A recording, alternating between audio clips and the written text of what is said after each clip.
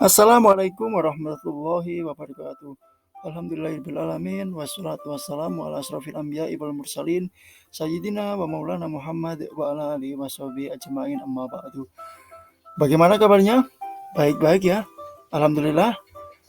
Di kesempatan kali ini kita akan melanjutkan pelajaran pendidikan agama Islam, yaitu bab 2 tentang lebih dekat kepada Allah dengan mengamalkan sholat sunnah. Ada apa sih di bab kedua ini? Oke, kita lanjutkan. Di bab kedua ini kita akan belajar tentang pengertian sholat sunnah, kemudian ada pembagian sholat sunnah, macam-macam sholat sunnah, dan hikmah sholat sunnah. Yang pertama ini kita akan membahas pengertian sholat sunnah.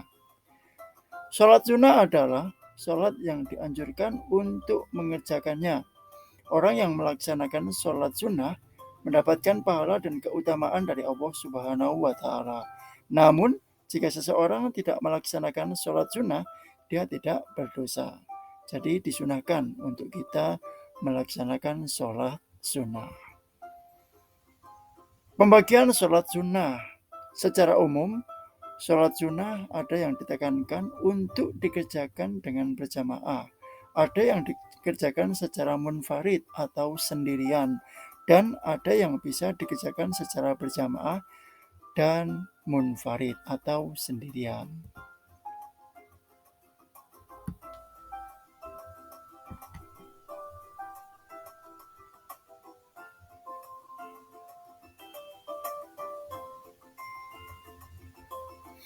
Sholat sunnah yang dikerjakan berjamaah ini meliputi sholat Idul Fitri, ada sholat Idul Adha, ada sholat kusuf atau sholat gerhana matahari, ada sholat khusuf yaitu gerhana bulan, dan sholat istisqa yaitu sholat meminta hujan. Inilah sholat-sholat sunnah yang harus dikerjakan secara berjamaah. Kita tidak bisa sholat Idul Fitri sendiri, kita tidak bisa sholat Idul Adha sendiri. Kita harus melaksanakan secara berjamaah. Kemudian, sholat-sholat apa saja yang bisa dilakukan sendiri atau munfarid?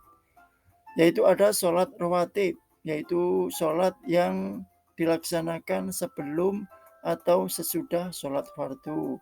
Contohnya seperti sholat qobliyah duhur, ada sholat ba'diyah maghrib, dan lain-lain. Kemudian ada sholat tahiyatul masjid, yaitu sholat yang dilaksanakan ketika kita baru memasuki masjid. Kemudian ada sholat istikharah, yaitu sholat ketika kita dihadapkan dengan dua permasalahan, dua pilihan, maka kita bisa meminta petunjuk kepada Allah dengan cara melaksanakan sholat istikharah. Dan yang terakhir ada sholat taubat.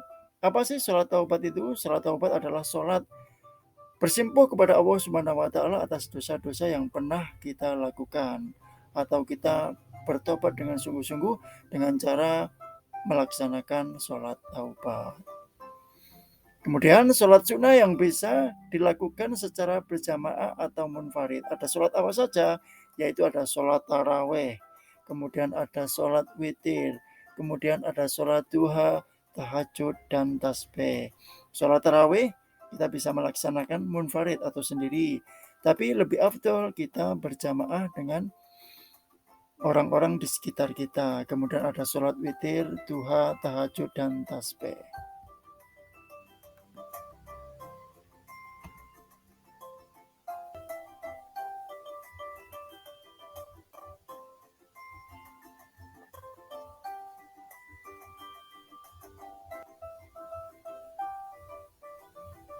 Kemudian hikmah mengerjakan sholat sunnah. Hikmahnya apa aja? Hikmah dari mengerjakan sholat sunnah ini, kita akan disediakan jalan keluar oleh Allah Subhanahu wa Ta'ala dari segala permasalahan dan persoalan yang akan kita hadapi. Kita oleh Allah Subhanahu wa Ta'ala akan senantiasa diberikan rezeki yang cukup oleh Allah Subhanahu wa Ta'ala. Kita akan senantiasa mendapatkan petunjuk jika kita rajin melaksanakan sholat sunnah. Kemudian menambah kesempurnaan sholat fardu dengan melaksanakan sholat sunnah, Ini kita bisa menyempurnakan sholat fardu kita, baik dari segi kekurangan dan kesalahan dalam melaksanakan sholat fardu. Selain itu, hikmah sholat sunnah ini bisa menghapus dosa, meningkatkan derajat keridhaan Allah Subhanahu wa Ta'ala, serta menumbuhkan kecintaan kita kepada Allah Subhanahu wa Ta'ala. Selanjutnya, bisa mendatangkan keberkahan pada rumah yang sering digunakan untuk sholat sunnah. Hidup menjadi terasa nyaman dan tentram dengan sholat sunnah. Oke, jadi kita sebagai umat Islam, maka kita disunahkan untuk melaksanakan sholat-sholat sunnah tersebut. Dengan harapan kita bisa menjadi manusia yang lebih sempurna, bisa menjadi manusia yang bermanfaat.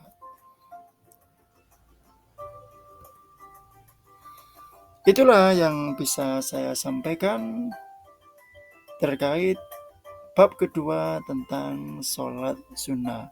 Terima kasih atas perhatiannya. Jangan lupa share video ini, like, komen, dan subscribe ya. Dan jangan lupa terus untuk istiqomah belajar serta melaksanakan sholat sunnah. Terima kasih atas atensinya. Saya ucapkan Assalamualaikum warahmatullahi wabarakatuh.